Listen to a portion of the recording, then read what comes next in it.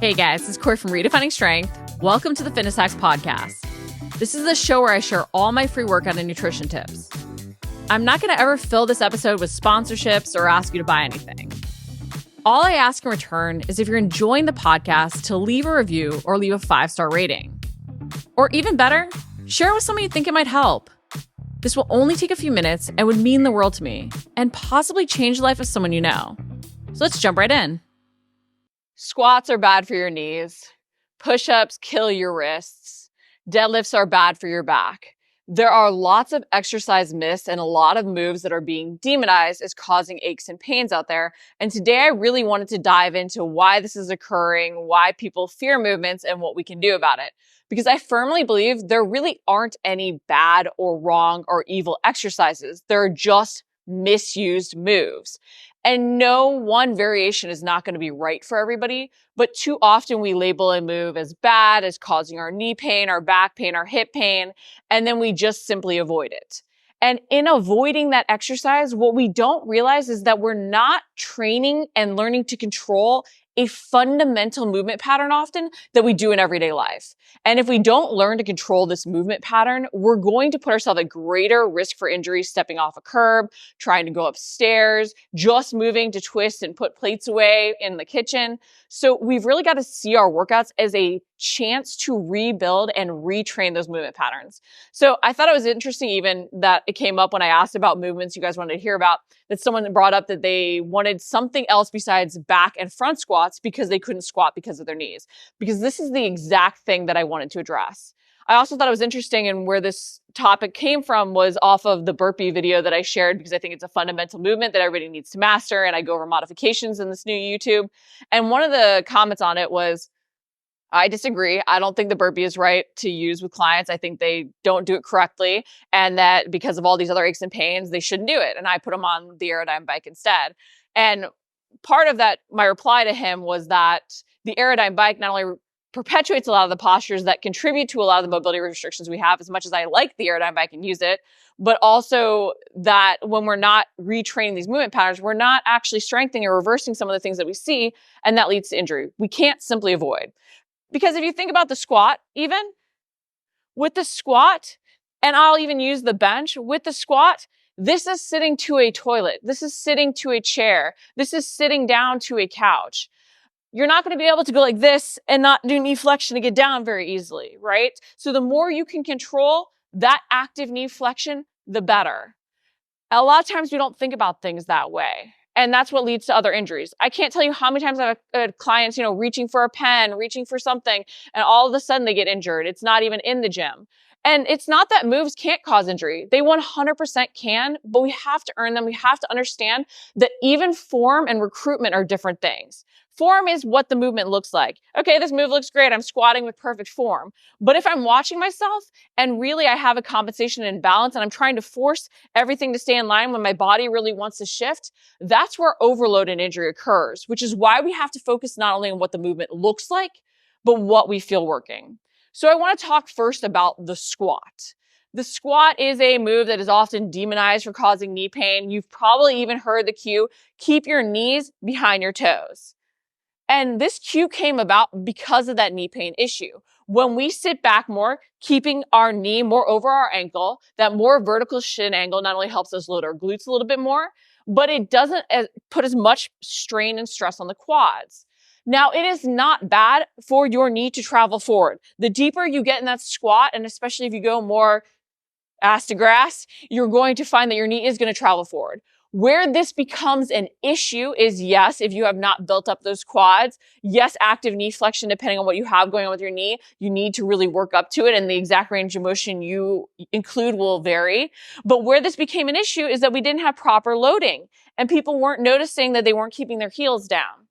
And so that shift forward in weight not only puts more strain on the quads, and you can even use that strategically, amazingly enough, but that's where that cue, keep your knees behind your toes, came about to help prevent people from squatting incorrectly and not actually sitting their butt back. Now, if you do have knee pain and you're like, there is no way I'm getting all the way down there, I don't have that range of motion, I don't have that control, I can't keep my heels down, this is where we start to find variations that work for our build, our body. Because even toes just being pointing straight ahead versus toes out versus their squat width, all those things are going to be based on our build. And a lot of times with social media now, we demonize any form outside of one specific mold, and that's just not correct. If you have longer femurs and a shorter torso like I do, you are going to have more of a hip hinge squat. You're not going to be as upright. But even in that, you want to address any mobility restrictions from ankles to hips that might be impacting that.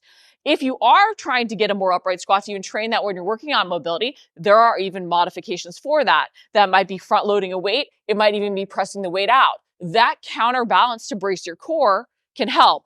But again, it's finding ways to use the movement patterns, work around our pain, and retrain to earn all the different variations, to control the full range of motion that our joints are supposed to do, to strengthen the muscles involved in these fundamental movement patterns. And that might mean as you're starting out with a squat, you sit back to a box to help you load. You can then feel your feet pushing into the ground to drive up. You're not feeling your weight come forward. You're also protecting against the hip hinge as much because especially setting up at the bottom, you can focus on that drive up. But that helps you control the squat range of motion. And hey, maybe coming back after a knee injury, you're using a higher box. Maybe right now you can't control active knee flexion, so you use a wall sit or just a squat hold at the depth you can go. It's not that you're going to be able to do exactly the full variation that someone else does. So maybe back squat or front squat with a barbell is not right for you. But the point is that you can easily find a variation that helps you build up. The more you can help yourself build up and slowly progress, the more you're going to earn harder and harder variations and be able to include more and more. Move this back forward a little bit. Cool.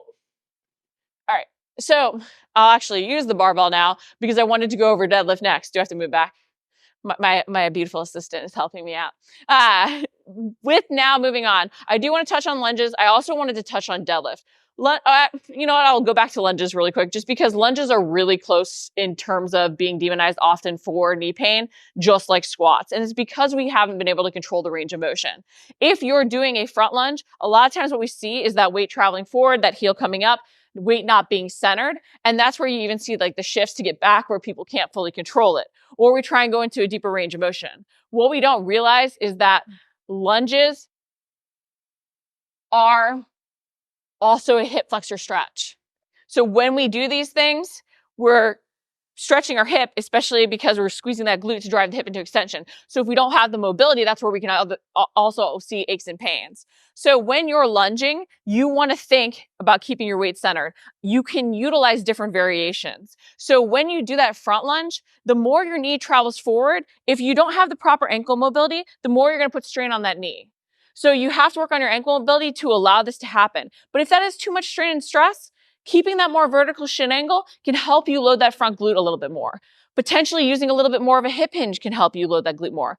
Maybe right now, the dynamic movement of the front lunge, you can't control it. Maybe you step a little bit more narrow. Maybe you keep that back leg straighter to do an interior reach lunge. Maybe you even do a reverse lunge because that is slightly more glute dominant and you can keep that vertical shin angle.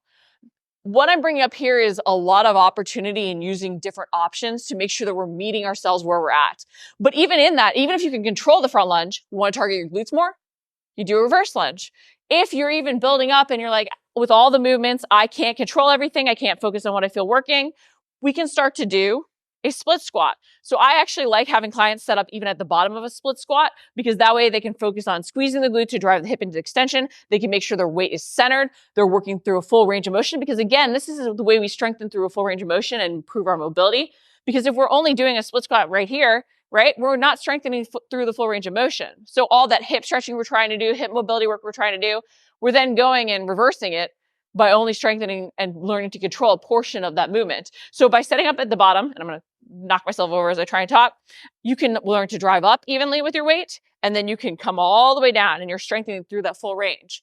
Now you might be thinking, I can't yet control that full range of motion. Maybe you do have a hand support to help out a little bit to reduce some of the resistance, help with that instability, or you even reduce the range of motion to control for it. And then you slowly lower that block that you're kneeling down to. The key here is there's so many different ways to change not only the control we have to feel those recruitment patterns, but work through a range of motion safely. Again, if active knee flexion is something that you struggle with, but you want to work your quads, instead of avoiding the squat, instead of avoiding the lunge, find variations that allow you to build up and slowly strengthen the muscles, strengthen the movement pattern. Again, that anterior reach lunge, which has more of a hip hinge, has less knee flexion. That's a great way to work your quads, load your glutes, even learn how to control maybe a forward movement and still be able to push back efficiently without your heel coming up. I do want to talk really quickly about ankle mobility because knee pain comes up a lot with both squats and lunges, and the knee is generally caught in the middle of the ankle and the hip. And injury there, even previous ankle sprains, hip pain, that's what leads to movement compensations, which then, as you can see, just moving at those two places impact our knee positioning, right? We could be squatting, we can see our knee cave in, so we might need to activate our glutes. We might need to address our ankle mobility as well, especially even if we're seeing hip and glute issues. But with that, if you're trying to assess where the mobility restriction is, because you don't necessarily have a hip injury or an ankle injury, by putting weights here and putting your heels up, if you can then all of a sudden get lower without pain, you probably have ankle mobility restrictions that you need to work on. I can link out to some more tips to help with that ankle mobility, but you want to assess what's going on. And even with the glute stuff, if you're trying to work on activating your glutes, you're struggling to control your knees caving in, and you know a lot of it comes from your hips, put that mini band, I even like it above the knees or right below, but really close to the knees so that you can focus on that tension. I love people starting it above just because I feel like that's easier to focus on using the glutes to actually pull it open. But you can do that controlled squat that can help you really activate your glutes. And that being said, guys, while you want to get your glutes working during squats, during lunges, your quads are working. We've got to stop fearing our quads working during squats. They are a knee dominant movement, not a hip dominant movement. Which now moving on to a hip dominant movement, the deadlift. So deadlifts are often demonized as causing back pain, and they are a hard movement to learn to control, especially because we spend so much time seated.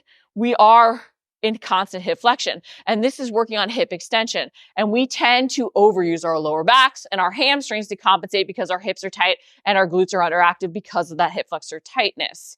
So when we do deadlift, a lot of times what you might find is you end up leaning forward.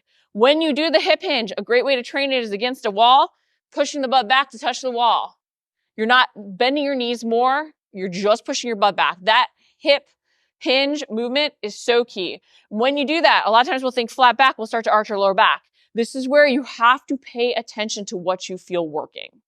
If you're not paying attention and you're trying to mimic a movement, you are going to seek out mobility from areas that aren't meant to carry the load, and you're going to overload them. So you have to be conscious of what you truly feel working. While there are lots of different styles of deadlift, from sumo to conventional, which has more knee flexion, but is still like a hip hinge, not like a squat where you're trying to focus more on the knee bend. Or you can even do straight leg, which stiff leg, straight leg, RDL. People use them interchangeably. There are nuance to those things, but a straighter leg deadlift, we'll just say for today. All these things can be used to your advantage to activate muscles to different extents. The conventional is going to use more quad versus you're going to get and quad and back, versus sumo is going to be more leg intensive, and RDLs are going to be more hamstring. You're also going to do a lot of posterior chain, but there's a lot working here. And I have the barbell out here because I wanted to highlight why the barbell can be so challenging to start, because you have to drag this puppy up your shins. Okay, whatever variation you do, you're keeping it as close to your body as possible. And part of this is stemming from your lat engagement, pushing the bar back. But that's how you engage everything. Because when you create that lat tension, you're creating tension through your lat, through the thoracolumbar fascia into your glute. And that bracing is what keeps everything tight. And then you're thinking about pushing the ground away. Too often the deadlift is cued as a pull, which then makes us lose tension. And I learned it was called the stripper deadlift, but it was where your butt would come up first before your back would come up. And we don't want that. We want consistent tension pushing the ground away. But you need that tension. You need that engagement. But it is uncomfortable to drag the barbell up your shins. That's why at competition you have to wear high socks. They don't want blood on the bar constantly in between things. So if that is uncomfortable for you and that's preventing you from being able to sit back correctly because you also can't put it back between your legs, that's where a kettlebell can come into play. in that you can actually take kettlebells or dumbbells, no matter whether you do sumo variation, whether or not you do more conventional, but you can set it back between your heels. That can help you sit back. And when you're doing that conventional deadlift, again, it's not about sinking your butt down as low as you can. It's about thinking that you want to hinge at the hips and let the knees flex to be able to touch that weight down. So when you do it, you want to think about, how can I sit back, hinging over to reach the weight, flexing my knees as much as I need, engaging my lats to set it back, squeeze my butt, pushing the ground away, not driving my hips extra forward, but just squeezing and pushing the ground away as if I'm almost jumping off the ground, and then set the kettlebell back. But it's that setback, that hinge over, that's so important to do. And in doing that, we want to make sure that we're not arching our lower back. And if you are arching your lower back to try and keep your chest up, address those thoracic mobility restrictions. Address that glute activation through those activation moves earlier in your warm-up. But notice what you truly feel being recruited during these moves. And then don't be afraid to use other variations. Think about the sumo deadlift where you're setting, again, the weight back between your heels. Your toes are turned out. Push the ground away, pull your knees open with your glutes, drive the ground away, right? Squeeze your butt at the top and then hinge back over and set it back. You want to use the different variations based on your build as well. But using a kettlebell, using dumbbells can be super helpful if you're struggling with that hip hinge to start. Even doing a banded hip hinge where you have a band link behind you to pull your butt back, to squeeze your butt against can be helpful. But find a variation that allows you to retrain that hip hinge, because you need it. Lifting a box off the ground, picking something up is a hip hinge in everyday life. And if you do not learn how to control that movement pattern, that's where you're reaching for the box and your weight is coming forward versus you being like, oh, there's a box. Okay, I need to go up to it and pick it up. I need it close to my shins. I need it back between my heels even, versus reaching and then overloading, because we want that lat engagement to be able to pull back as we use our glutes to drive up. The next thing I wanted to go over was the row. So you guys comment some great other things. I can share some other videos as well. But I wanted to go over the back row because I think a lot of times with back movements, and again, this goes back to our postures and positions, right? What do we do all day? Typing at our computer, driving in the car, all those different things. We're in constant hip flexion. We are rounded forward a lot of the time.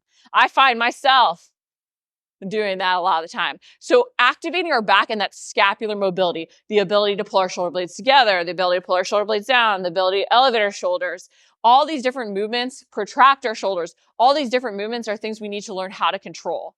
And a lot of times we're not addressing that scapular strength. So if you've ever done back rows and you feel like you're going like this and you're feeling your bicep a lot, you are not using your back. What you feel working in a move is what is getting the benefit. Doing an ab exercise, feeling your lower back. Doing a deadlift, feeling your lower back. Those things are working and not the muscles you want to be working. And a lot of times we think, oh, well, the muscle's weak. I need to strengthen it. A lot of times it's getting overloaded. So if you're feeling your biceps a ton during your back movement, I want to encourage you to think about initiating that pull from your back.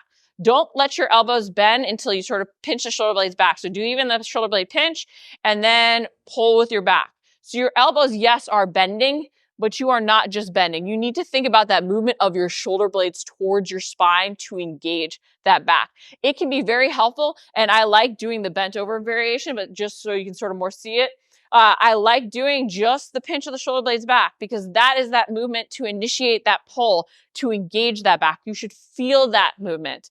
That's where that pull comes from. And yes, you want it fluid, but it's so important to do. And change your grip. Again, varying things up, because a lot of times we'll say, oh, it has neck pain, or I feel lower back pain when I do the different rows. Maybe you just start with a single arm and you put your hand and knee on the bench to help brace your abs. Maybe you lie down on a bench that's inclined so it supports your chest so that you can do the row. Maybe you start with a band anchored out in front of you so that you can do that row. You want to think about different ways to support and prevent some of the aches and pains you have. And I can tell you doing a little sumo chin tuck can really help if your neck is engaging. But a lot of times it's because our shoulders are elevated. So change your grip. We can do overhand. We can do neutral. You can even do underhand on a barbell or with weights here too. Whatever you feel working can be a great place to start to help you engage. there isn't just one way to do a movement, but we want to be conscious when we do have these compensations, because maybe going to a unilateral row, if you can't control it and you feel especially, your shoulder or neck on one side, can be very helpful because we can focus on that back engagement so that shoulder isn't being overloaded in the wrong way. The bicep isn't being overworked. But you need to find variations that allow you to build up and then even see opportunity in the options. Because the more we use these variations to our advantage, the more we can find progression through the same but different. Because as I mentioned with even the deadlift, they all work the same muscle groups, but to different extents. With the pull-up even, chin-up versus neutral versus overhand full pull-up grip, all just activate the biceps back to different extents. They're all beneficial and they can all be used. We just have to find ways that we can make sure that we're working the right muscles. So those were the main ones I wanted to cover today. There are lots of different movements that can cause lots of different aches and pains, but I would encourage you to assess where your mobility restrictions are coming from, to include that work as prehab work in your warm-up, foam rolling, stretching, and activating, and then making sure that you're using variations that allow you to work around, but try and rebuild. The one thing we should not be doing is avoiding. The more fundamental movement patterns we avoid, from overhead pressing to horizontal pressing to vertical pulling to horizontal pulling to squats, lunges, hip hinges, all those different things, the more we set ourselves up for a risk for injury in everyday life. As much as we want to, too often treat our workouts just as a chance to burn calories, as much as we want to, work hard in the gym, we want it to be quality movement. We want to see the gym as a chance to retrain those movement patterns so that we move well in everyday life, because that's ultimately what's going to help us build more muscle. It's ultimately what's going to help us see better body recomp. It's ultimately what's going to help us see a healthier metabolic rate, aging well, seeing the fat loss, muscle gains, all those different things that we want, and feeling our best, guys. Thanks for listening to the Fitness Hacks podcast. Again, this is the place where I share all my free workout and nutrition tips. I'm never going to run sponsorships or ask you to buy anything. All I ask in return is if you're enjoying the podcast, to leave a rating or review or share it with someone you think it might help. This will only take a few minutes and it would mean the world to me and possibly change the life of someone you know.